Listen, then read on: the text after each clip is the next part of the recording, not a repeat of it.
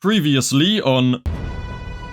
Grandpa Max hopped up on some cosmic steroids and spent his weekend brutally bullying some teenagers, and then cried about how lonely he was when said teenagers put him in a maximum security care home for disabled bald men, which is run by a disabled bald man, so no sympathy to be found there. We also saw what Jesse Pinkman's life would look like if he never tried meth, and to be honest, I don't really know which is worse. Oh, and Nolan overcame his centuries of thorough Viltrumat brainwashing after being exposed to immeasurable amounts of the deadliest and most brutal force in existence, bruv.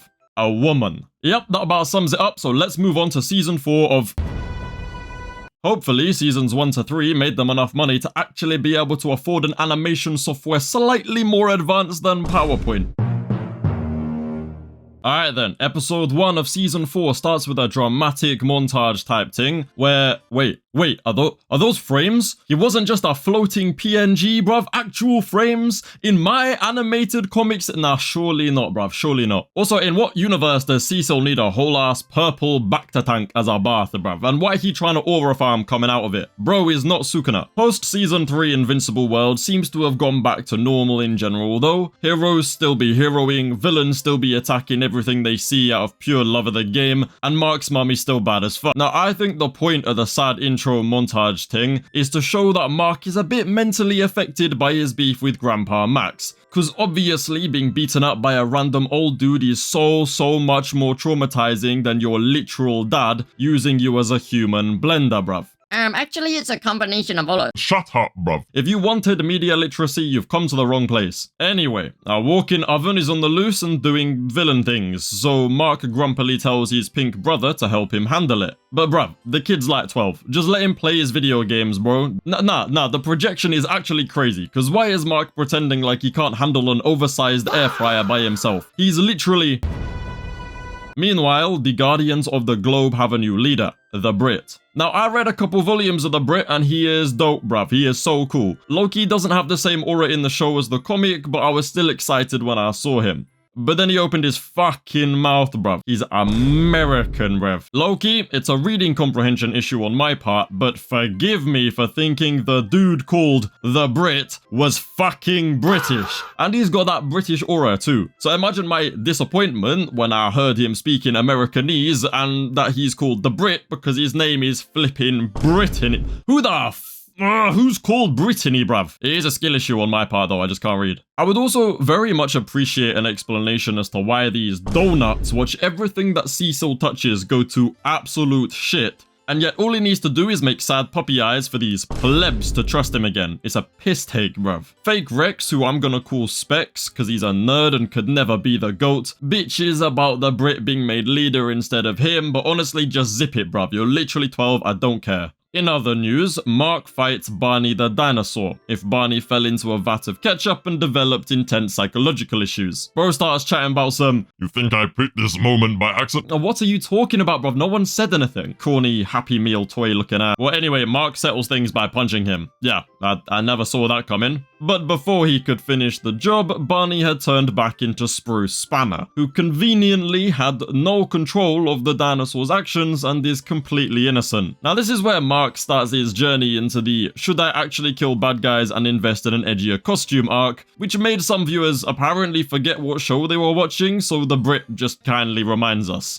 Invincible. Ah shit, wait. Invincible. That's better, bruv. I don't blame Mark for being so tense today though, because he's got a very awkward dinner date with Eve and her emotionally inept, stupid chud multi-chinned parents later that evening. Nah, bruv, like, the least believable part of this whole scene, yeah, isn't even that Eve and Mark just sat there and took Mr. Atom's shit, though. Nah, bruv. The least believable part was that Mr. Pringle over here can even comprehend the concept of eating a vegetable, let alone a green one. I mean, he even has the audacity to try giving Mark the dad talk, but I didn't even know what he was talking about, bruv. I was way too busy gawping at the third chin sticking out the back of his head. Now, anyway, I need help understanding something, yeah? In this world, villains with horrifying powers spontaneously attack anything that moves, or even that doesn't move in the case of this poor telephone box. So what I want to know is why is it so flipping normal for 2 NPC jobbers to be sent into the sewers all alone? And how are they not shitting bricks freaks, bruv. Oh, it's just the rap. Bruv, I'd be smothering my underwear with excrement, and I live in real life. There's no freakazoids in our sewers.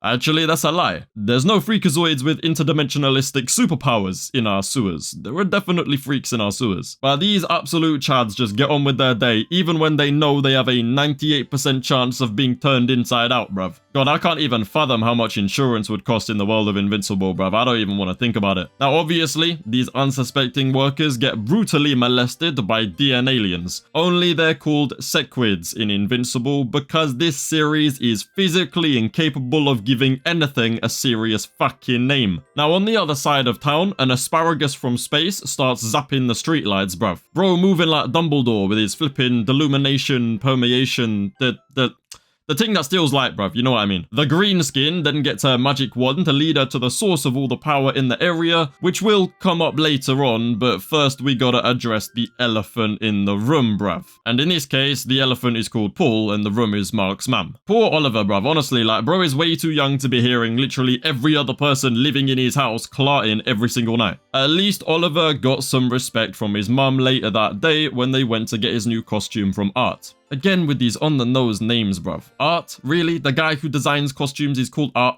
Whatever. Now, Debbie clocks that Oliver has taken inspiration from Omni-Man's costume design. But to be honest, Big Debba doesn't really seem to care because apparently she realizes that towing the line of plagiarism is really nothing new for this series. And now, bruv, I finally understand why Invincible's animation is kinda stiff, bruv. Nolan's cake would be jiggling all over the place, bruv. That shit would take forever to animate. Holy moly. Alright, anyway, later on, Power Penis Paul asks Big Debba to move in together, which she likes the sound of, which also means, yeah, at this point, Oliver's just gonna have to invest in some soundproof AirPods or something. Finally, though, I can stop yapping about the soppy character development, no fighting part of the show, and focus on what us illiterates like best. Hype moments and aura. John Pedestrian screws himself over by doing what no real human being has ever done in the history of ever, and stopped to stare at a manhole cover that shifted literally 3mm, bruv. Either bro is the unemployment final boss, or he's just spent. Who has the time to be standing around like that? Especially in a world where you can just get your testicles like spontaneously twisted by whichever aliens have decided to invade that day. Not that walking away would have saved him from the hordes of Timu DN aliens that burst onto the surface. But we'll get back to all of this in a moment though, because first Mark and Eve need to deal with the illegal alien situation. Now, basically, Greenie over here needs to get power for her planet or something like that, so she uses her Dumbledore Illumination stick to steal it from what I think is a nuclear power plant, but I'm no scientist, bruv. I don't know what this is. It's just big chimney power looking thing, innit? But basically it causes lots of not good things to happen. But let me just get this straight, yeah? Your people desperately need power and Earth has loads of it, so you're gonna take some from them. Okay, that's valid. Noble cause and all that, sure. But instead of doing the like normal thing and just asking the bossman of Earth if you can borrow some power, you know, safely like a civilized person, you just rip it out and try and walk off with it. That's like if I really needed a shit, yeah? But instead of going into a shop and explaining that I really needed to use their bathroom, I turned up with a jackhammer, tear their toilet out of the ground and just brought it home with me. It makes no sense, bruv. I mean, even Mark's dumbass was able to work out that it makes no bloody sense. And he just straight up asks Zog why she's being so dumb about it. Speed, I'm watching the stream while you try not to laugh, bro. That's disrespectful,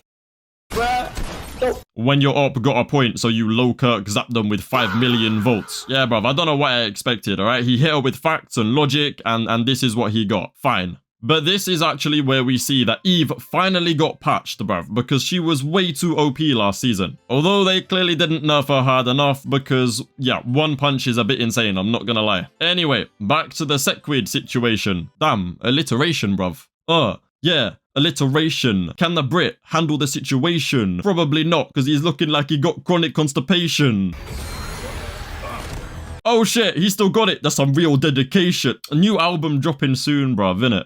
I had all the time in the world to script that and it was still fucking awful. Anyway, the Sequid thing is a great example of why I find it crazy that anyone is brave enough to go outside in this city, bruv. Poor Jane over here was just trying to get to the office, but now she's gonna wake up in hospital without a flipping jawbone because, oh my god, her face got deleted by that bin. Alright, I want to get on with episode 2 though, so I'm gonna make this bit brief. The Guardians pull up, they put a wham force field thing up to contain the Sequids, and then they use their plot convenient gizmos to delete the pests before teleporting all the NPCs to safety, bruv. Just like the Pokemon, they gotta catch them all. So Specs goes on his ones into the sewers and gets kinda techie with it, not gonna lie. And very soon, there's only one possessed guy left keeping the hive mind alive. And Bulletproof is mere seconds away with the Disruptor Gizmo thing, so all should be fine and done. What? Mark, what the fuck, bruv? Angstrom or Jesse, I can maybe understand. Even if it was an unsavable guy and you had to take him out to protect humanity or something, I could get behind that. But nah. Of all the people you consciously choose to kill, yeah? It's the one who was 0.2 nanoseconds away from being safe. How does that make any sense? But nah, bro, we need to get him on some benzos or something. He needs to chill out. Now, I'm also not a professional when it comes to the legal system in America, especially these days, but I'm pretty sure this is illegal. Just saying. The episode then ends with a dramatic shot of the imprisoned Conquest waking up, which had me kinda hype, because I was really curious to see how he would escape, yeah? What do you mean he just flew away, bruv? What was his cell made out of? Styrofoam? So we're not getting a Conquest retrieval arc. Alright, so what was even the point, bruv? Oh, okay, so it was just purely to make Cecil look like even more of a retard. Hey yo, he kinda looks like... Oh, hell nah, he was about to slam that kid, bruv. This gotta be a Nolan flashback. Jumping your kid 2v1 is genuinely insane, by the way, but at least I can see the family resemblance, alright? There's no blood test required. I mean, if this is their idea of a birthday, though, I don't even want to think about what Christmas on Viltrum looks like. Oh, shit, wait, Viltrum got hit with that 2319, bro. What the hell? Wait, you're telling me they got all this, like, high and mighty talk about being, like, God, Emperor, Kings, but they just get wiped out by COVID? That's insane. On a real note, though, this flashback is pretty dope. I'm not gonna lie, it does a really good job of showing how the Viltrumites were whittled down from a pretty chunky number to literally just 50. And when I say a chunky number, I mean enough of them died to create a ring of corpses around their planet, bruv. Yeah, you see that right there? That's what I call peak, bruv. Now, back in the present, Nolan and Alan start their quest to collect all of the Viltrumite Infinity Stones that Nolan is aware of, and to be honest, this made for one of, if not my favorite episodes of Invincible so far, because Alan and Nolan are literally my favorite characters and their bromance is just dope, innit? Also, I find it jokes how mustaches became a galactically recognized symbol of Viltrumites. I guess when I think about it, it's probably not too different to Earth, you know, with a certain mustache style. Probably the inspiration for that, but whatever. Alan even asks if Nolan can shave it, but it's probably made of fucking vibranium or something, let's be real. Actually, knowing this series, it wouldn't be called vibranium, it would be called Strongest Metallus or something daft like that, bruv. Oh, also, this is Alan's girlfriend, by the way. She's gonna be very important in this episode, you know, to the plot. Nolan sneaks into the anti-Viltrumite Empire place and tells him all about how they want to find all the things that Viltrumites are too fraudulent to deal with, which include a fucking mecha shark, bro? What is that? Why do we not see it in the episode? That's so cool, bruv. I want one. Who doesn't want a flipping mecha shark, bro? Quick side note, though, just something I wanted to point out. Since Viltrumites have this fetish for, like, skin-tight outfits, yeah? What happens if Nolan gets bricked, bruv? Or maybe he's bricked right now and we just can't even tell. I'm also pretty curious to see why this old dude defected back in the day, though. I mean, what is he? Some kind of betrayer? They get approval and begin their journey aboard the USS Enterprise, and I mean that very literally, bruv. I ain't even watched Star Trek, alright? But I still know that it's literally just been Control-C, Control-V'd right into this, bruv. The only difference is Captain Schmuck over here seems a bit, you know, away with the fairies. Or to put it bluntly, he's a spanner, bruv. Nolan and his alien buddies settle down in one of the ship's rooms, but he makes the mistake of offering the only bed to the happy couple. Now, this may look like a normal couch to you guys at first. God knows it looked like a normal one to Nolan, but it's all a lie, bruv. This is no regular couch. It's the cuck couch. Okay, this gag is pretty funny. Not gonna lie, it did get me. But I have to wonder what Alan is actually doing to this woman, because I can't tell if she's moaning out of joy or dying a slow, painful death. Shit, maybe it's both. God knows what Alan's packing, innit? Anyway, mission 1 is to uncover Space Racer from his 100-year-long nap that he'd been taking ever since Nolan decided to bury him in an asteroid. What I really want to know is, what was this guy eating for the last 100 years? Like, it's not like he had any milk for souffles or anything, you know? Actually, fuck that, bruv. I want to know why Nolan left the oversized Lego gun of death simply lying around for anybody to grab when his mission was to get rid of it. Is he dumb? Well, anyway, Space Racer wakes up, boards his stapler-looking bike, and tries sliming Nolan with the Infinity Ray. Now imagine you're settling down for a nice meal with the family after a hard day's work, and suddenly... Well, whatever. The point is that I think they managed to win him over eventually, I think. I also think Alan's species recharges on orgasms or something, bruv, because he seems to be doing this a lot. The episode continues to follow this kind of pattern, alright? They go to a place looking for motherfuckers strong enough to mess with Viltrumites, said motherfuckers then get mad at Nolan, and then Nolan just stands around awkwardly until Alan can talk no jutsu them into helping. And I'm not gonna lie, after watching this episode, bruv, the Viltrumites are low-key on fraud watch. Because what do you mean they hired a whole other race to wipe out these Cyberman-looking dudes because they were too pussy to do it themselves? Alright, seriously, how has it taken this long for Nolan to simply get up and find a different room? In my humble opinion, there was only two logical things to do in that situation. You either join in or leave, bruv. But nah, bro was tolerating the cut couch all that time for zero reason. Alright, the final stop is this planet with scary Ragnar dog things that are bare strong because of the gravity on this planet, or something like that. To beat them, way back when, the Viltrum frauds put a giant dinner plate in front of the sun, causing them to freeze to death. Now, I don't even know what Nolan's plan here was, because it's not like the Ragnars have an agenda against Viltrumites, and they definitely can't be reasoned with. So, like, what was the idea here? We're just gonna, like, kidnap them and hope for the best. Anyway, Captain Schmock reinforces that he's an absolute tool by obliterating the sun dish ting, causing the Ragnars to defrost and attack our duo. And these two just get their shit cooked for a bit before Alan's gal has the worst fucking idea I have ever— How the actual shit? She parked a spaceship in front of the literal sun, and the Ragnars spontaneously froze. Nah, bruv. Imagine if every time, like, a cloud covered the sun, I froze solid. You'd have to put me in the microwave every morning to defrost me. After all this, Nolan heads back to Anti-Viltrumite HQ for a secret meeting with Old Man Viltrumite, who reveals himself to be the creator of the Viltrumite COVID-19, bruv. Now, I am a sucker for characters with cool titles, bruv. The Honored One, The Oncoming Storm, The Surgeon of Death. Titles like this get me bricked up, bruv. But I don't think my dick has ever been softer than it was when I heard this old dude's title. The guy who betrayed Viltrum was given the name The Betrayer, bruv. Shit makes Robot look like a name written by fucking Shakespeare, by the way, because what? Admittedly, though, this episode was really entertaining. It was peak, bruv. Nolan and Alan's dynamic is great, and I can't wait to see more. But yeah, the episode then ends with Conquest apologizing to someone who I can only guess is the one Viltrumite stronger than he is, and I believe his name is Grand Regent Thragg Nolan Mark Grayson III.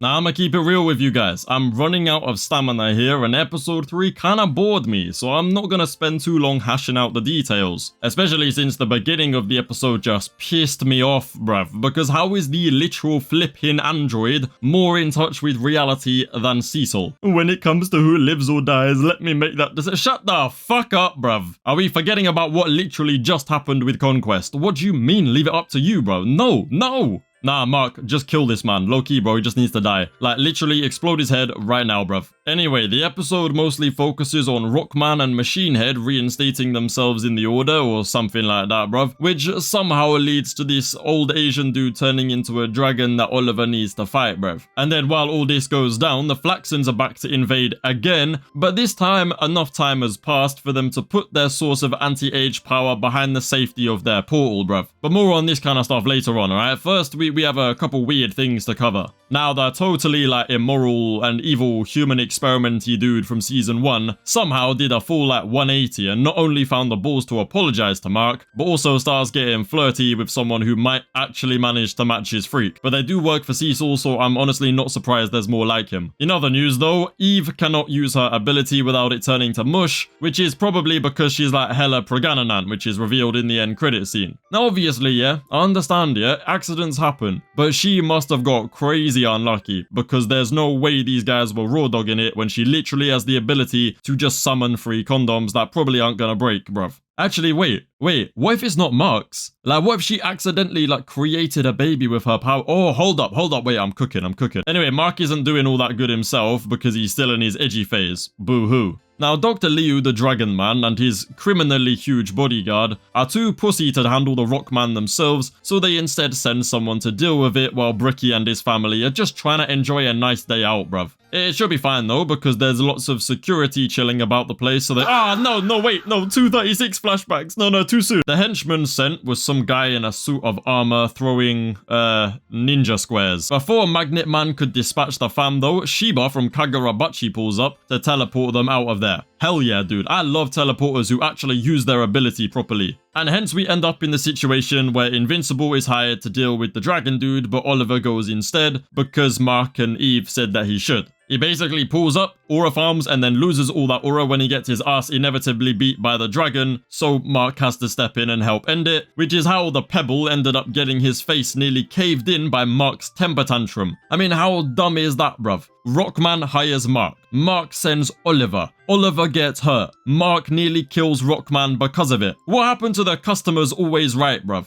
Actually, you know what? Scrap that last bit, right? The customer's never right, let's be real. As all the dragon shizzle transpires, though, the next generation of Flaxons and their new anti-age beacon are ready to run it back with Earth. Well, naturally, the Guardians of the Globe are sent to deal with it, which gave the Brit a nice opportunity to rip off Captain America. Marvel was not the only thing they decided to reference here though, because they also paid homage to One Punch Man Season 3's famous PNG slide. And this was definitely not the only instance of PowerPoint animation so far this series. I just could not be fucked to point it out every single time it happened because this video is long enough already and we would genuinely be here for hours, bro. PNGs are definitely not the only problem we're having here though, because apparently these alien space lasers are about as deadly as a Nerf gun, bruv. Well, either that or the Brit shirt is made out of fucking adamantium. And why do the lasers just despawn after missing? Shouldn't they like hit the building or something? I don't know, bro. Maybe I just have anime brain, innit? I am a diehard JJK fan after all. My standards are probably set way too high. Well, anyway, Specs and Amanda daftly jump into the portal and successfully disable the anti-age beam, which is dumb, because this is literally the planet that was able to subdue and enslave Omni-Man. God knows how they're gonna survive in here. Back on the other side, the aliens start getting bare crusty, and a few even get hit with the world-cutting laser before the portal closes and bisects someone for the 4th time this episode, bruv. Now, at first, I thought Specs and Amanda getting stuck there was GG because of how time works. But then I clocked that they're probably doing this as a way of like turning them into adults, bruv. Which is actually a pretty cool concept, not gonna lie. I just hope I'm right.